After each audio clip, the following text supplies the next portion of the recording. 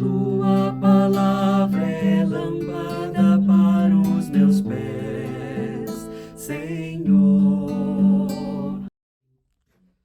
Bem-vinda, bem-vindo ao nosso encontro com a palavra lâmpada para os nossos pés. Em nome do Pai, e do Filho, e do Espírito Santo. Amém. O Evangelho para este terceiro domingo do tempo comum. Lucas, capítulo 1, versos 1 a 4, capítulo 4, versos 14 a 21.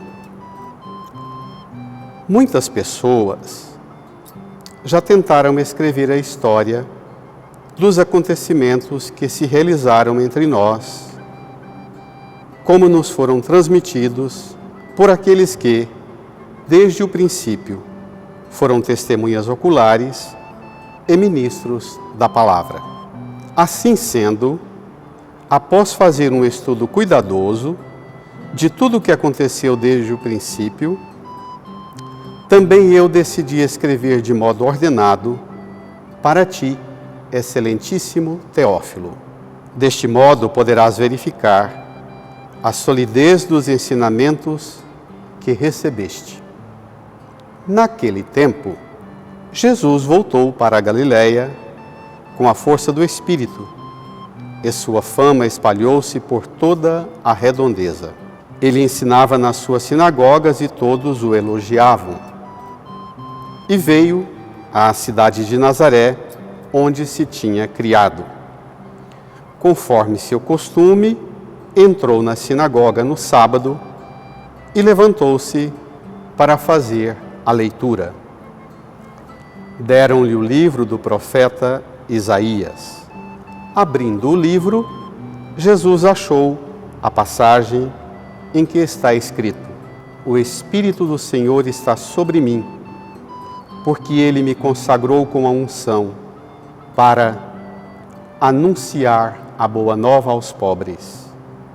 Enviou-me para proclamar a libertação aos cativos e aos cegos a recuperação da vista, para libertar os oprimidos e para proclamar um ano da graça do Senhor. Depois, fechou o livro, entregou-o ao ajudante e sentou-se. Todos os que estavam na sinagoga tinham os olhos fixos nele. Então, começou a dizer-lhes: Hoje se cumpriu esta passagem da Escritura que acabastes de ouvir. Amém. Irmãs e irmãos, feitos desde o início do Advento, umas idas e vindas no Evangelho de Lucas, hoje, depois do segundo domingo passado, com a sequência das manifestações, terminando com as bodas de Caná, hoje a gente volta ao Evangelho de Lucas e somos introduzidos pela forma inicial com que Lucas apresenta o seu texto. Ele destina o texto que ele escreve, o seu Evangelho, a um amigo.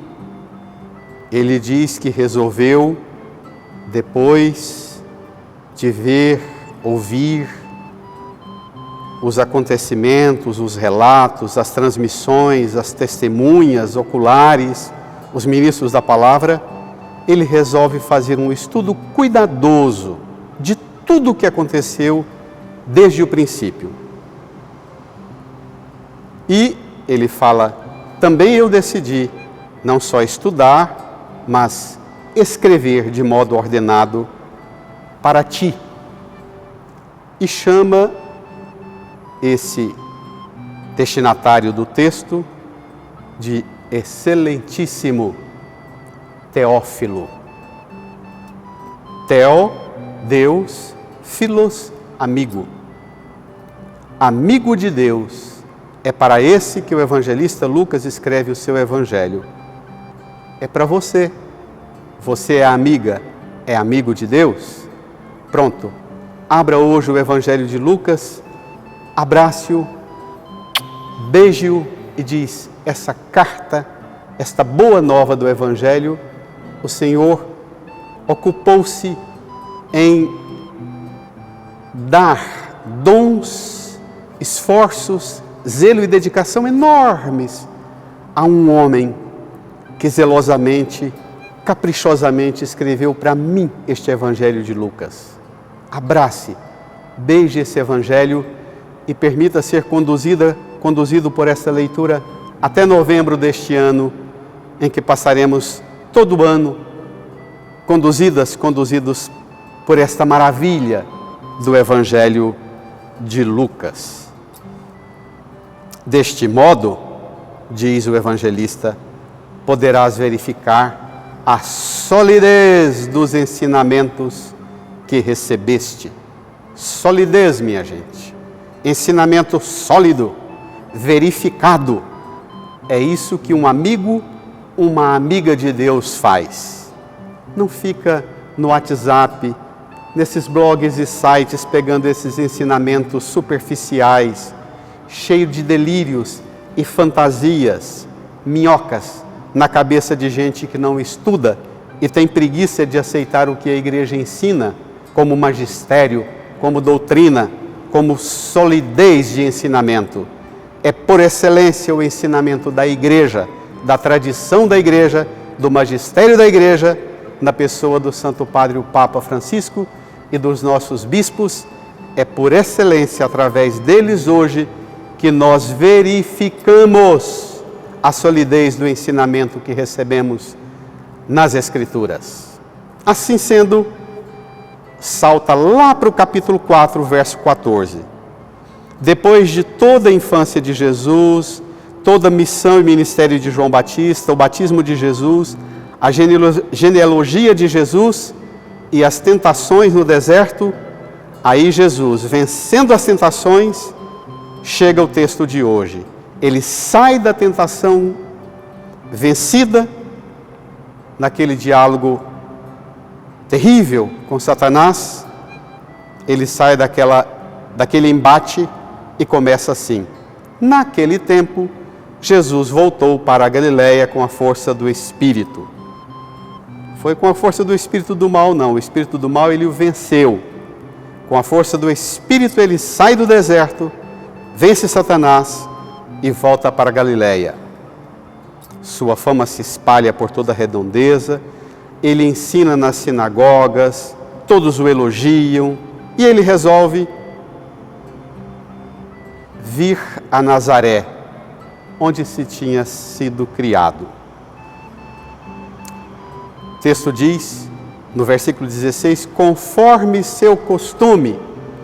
Jesus tem costume. Ele entra na sinagoga no sábado e levanta para fazer a leitura. Os ajudantes, na solene liturgia da sinagoga, deram-lhe o livro do profeta Isaías. Ele abre, encontra a passagem do profeta Isaías, onde está escrito algo extraordinário, algo sobre ele mesmo, o grande esperado Messias.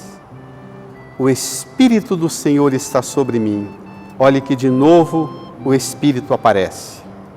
Ele, com a força do Espírito, volta para a Galileia, com a força do Espírito vai para a sinagoga, com a força do Espírito abre a palavra, e a palavra é Espírito e vida que repousa sobre mim, porque Ele, o Espírito, fez umas coisas extraordinárias sobre Jesus. Me consagrou com a unção para fazer 5 coisas: anunciar a boa nova aos pobres, proclamar a libertação aos cativos, a recuperação da vista aos cegos, libertar os oprimidos e proclamar o ano da graça do Senhor. 5 proclamações, 5 anúncios extraordinários. Nós poderíamos, contemplando a cruz de Cristo, até dizer que esses 5 dons e benefícios da unção do Espírito vêm das 5 chagas, nas mãos, nos pés e no lado traspassado. Dessas 5 chagas brotam 5 dons. Boa nova aos pobres, aqueles que são tratados como desprezíveis. Esses são os mimos do primeiro olhar de Jesus na terra. Volta o seu olhar aos pobres. Aqueles que não podem dar nada, recebem tudo. O olhar e a boa notícia. Que boa notícia recebe um pobre? Deus está perto de você, próximo de você, porque você significa muito para Deus. Essa é a boa notícia que Deus tem para dar ao pobre. Você importa para Deus. Deus se importa com você. Proclama para os cativos, os aprisionados no violento sistema carcerário nosso, mas os aprisionados de toda sorte de prisões, os aprisionados na fartura, atrás das grades, os aprisionados nas alienações, comprando o tempo inteiro, os aprisionados escravos da internet, do consumismo, da bebida, da droga. Recupera a vista aos cegos, a minha vista, a sua. Devolve para nós a visão que perdemos, a visão, a capacidade de ter uma visão de fé, porque fomos manipulados pelas ideologias de direita e de esquerda, passamos a usar o óculos daqueles que nos manipulam e põem a gente na esteira de seus sistemas manipuladores, cegadores. Libertar os oprimidos, tirar dos nossos ombros toda sorte de opressão. E além de tudo dizer que isso é de graça, isso é o tempo da graça do Senhor. Não é dízimo e oferta que compra isso, é a graça que nos dá isso. Amém. Amém. Fechou o livro, entregou ao ajudante, sentou-se, todos tinham os olhos fixos nele, e ele então começa a dizer: hoje se cumpriu esta passagem da Escritura que acabastes de ouvir. Diz o Santo Padre, o Papa Emérito Bento XVI. O próprio Jesus é o hoje da salvação da história. Porque Ele, Jesus, leva a cumprimento a plenitude da redenção. O termo hoje é muito querido pelo evangelista Lucas. Leva-nos ao título cristológico preferido pelo mesmo evangelista Lucas, ou seja, Salvador, Soter.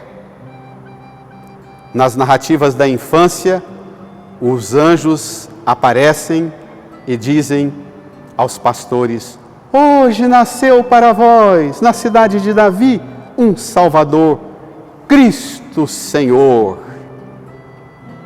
Irmãs, irmãos, hoje, a salvação chegou para nós. Hoje a salvação é Cristo.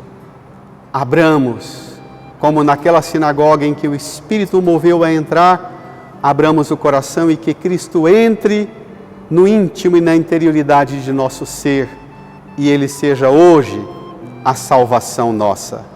Permita que hoje também Jesus recupere a dignidade de você naquilo que você é pobre, é miserável. Permita que Jesus liberte você dos cativeiros. Permita que Jesus cure a cegueira para aquilo que você se tornou cego. Permita que Jesus liberte você das opressões. Permita que Jesus ponha você na dinâmica da graça, porque Ele veio trazer só uma coisa, a graça.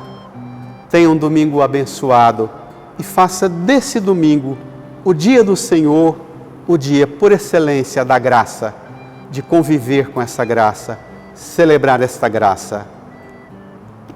Até a próxima.